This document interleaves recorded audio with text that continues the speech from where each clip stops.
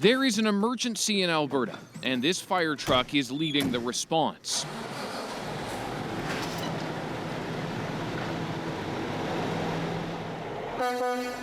The first in a convoy to Parliament Hill. We're going to have a few hundred trucks coming out of Alberta. People are going to join. They're going to go as far as they can. You're pretty motivated to do this. Oh, we're very motivated, yeah. We're going to keep trucking. We're going to get down there.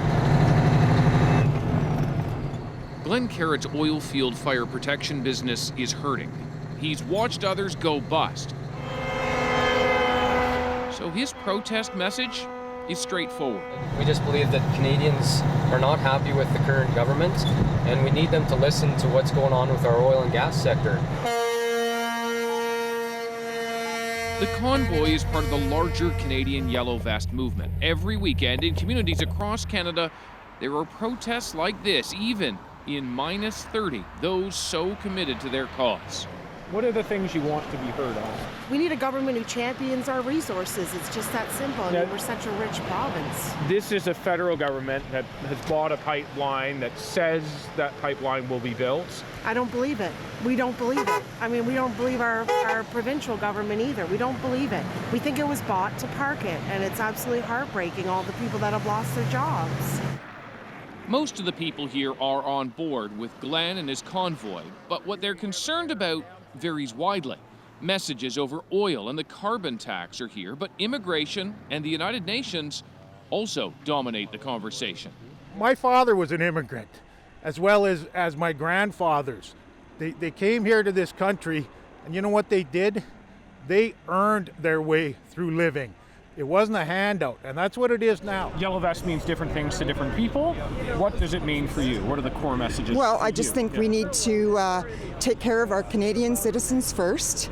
We need to have secure borders because, as Donald Trump says, you know, without a safe border, you have no country. Some people will look at a thing like this, they'll see it on TV, and they'll say, well, you're just a racist. You're just against migration. Well, I think that's the most ridiculous thing I ever heard. I'm not a racist. They won't show any of this. Last time they were here, they never put an interview on the air that they did. You guys are biased, right? You're paid by the government, which is actually our tax dollars, and it's totally wrong. Lots of distrust, whether about the media or those coming into Canada. Some people are concerned about, immigration. Some people are concerned about Muslims in Canada. What do those issues do for you as a broader movement? They're important. They're important, and they're to some more than others.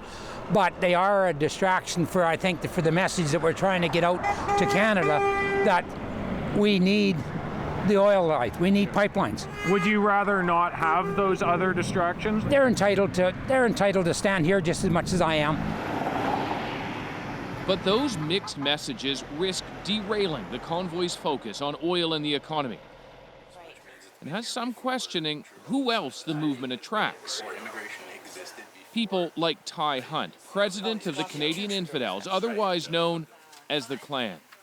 Where do the infidels fit in the Yellow Vest movement? We, as a group, were Yellow Vest before Yellow Vest was a movement. He's been showing up at rallies, too. But the Klan's affiliation with alt-right groups, their provocative messages about Islam, and headlines about a recent unannounced visit to a local mosque have drawn negative attention to a movement that is desperate to be taken seriously. We're not looking for any sort of spotlight with the Yellow Vest movement. We're hoping that it kind of develops in its own with the convoy and everything like that. What we want to do is try and add to it, which is take the risks, going and trying to make contact with mosques. Why is still unclear. They say to have a better understanding, but also to protect the Canada they want. I'm not trying to push anything. I'm just trying to support safe and secure borders. That's it. There are some Yellow Vest groups out there who say they don't want you at their rallies. I haven't heard any Yellow Vesters, but if there is any, it's because of what the mainstream media has put out there. You don't think you're being fairly represented? No, absolutely not. So, are Ty and the Canadian Infidels part of the Yellow Vest movement? Depends who you ask. Regardless of race or faith, we're all created equal. Just hours earlier at another Yellow Vest rally, a group which says they stand against racism listens from the sidelines. They've challenged the yellow vesters here to publicly denounce what they call hate groups among them. That includes members of the alt-right group C3, the Canadian Combat Coalition, and the Infidels, who are a no-show today. There is no denouncement. We're not far left, we're not far right. We're Canadians, and we're holding all governments responsible. We're either conservative, liberal, or NDP. We want to hold all accountable to Canadian people. Along with the protests, dozens of yellow vest groups have also popped up online, some distancing themselves from the rhetoric they don't agree with, like the messaging found here on Canada's largest yellow vest Facebook site. More than 100,000 members see messages like this, targeting Trudeau, the media, immigration, and refugees. The site was founded by Tyler Mélenchon, since exposed for supporting racist rhetoric in the past, though he chose not to talk to us about it now.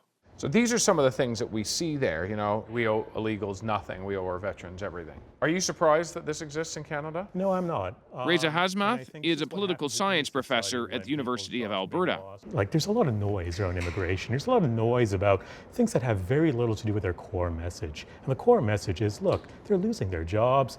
They feel like politicians, both at the federal level and the provincial level, are not listening to them. These are legitimate kind of concerns. Of course. Yeah. But the danger at hand is when you start talking about immigration, you start talking about, well, it's because of immigrants coming in. If we actually see immigrants to Canada in the short term, medium term, and long term, they contribute back to our economy much more than the assistance that we provide to them. And this is documented time and again in academic studies. What are you saying? For Reza, the federal government needs to start paying attention to the economic issues that he says are underlying people's anger. And I think that's where we need greater leadership from all politicians, both at the provincial and federal level, to actually address this, not only in Alberta, but across Canada. It's all left Glenn in a bit of a pickle. The desire to make the movement a big tent is watering down his own message around pipelines and the carbon tax. Yeah, what does that do to your message? Well, I think it's the radicals and the people that are making it, blowing it out of proportion, making the good yellow vest people look bad. And it is a problem, but that's not what the real yellow vest movement stands for. You're rolling your trucks right up to Parliament Hill. Yeah. Whose office do you want to knock on? Well, you know what, I'd love to be able to knock on Mr. Trudeau's door. And what would you say to him? I'd say you need to get in touch with Canadians. Build the pipe! Build the pipe! Glenn says anyone with a grievance is welcome to join in. There's sure to be a lot of messages rolling up at Parliament that day. Who will be there to speak and to listen is the question. David Coleman, CBC News, Red Deer, Alberta.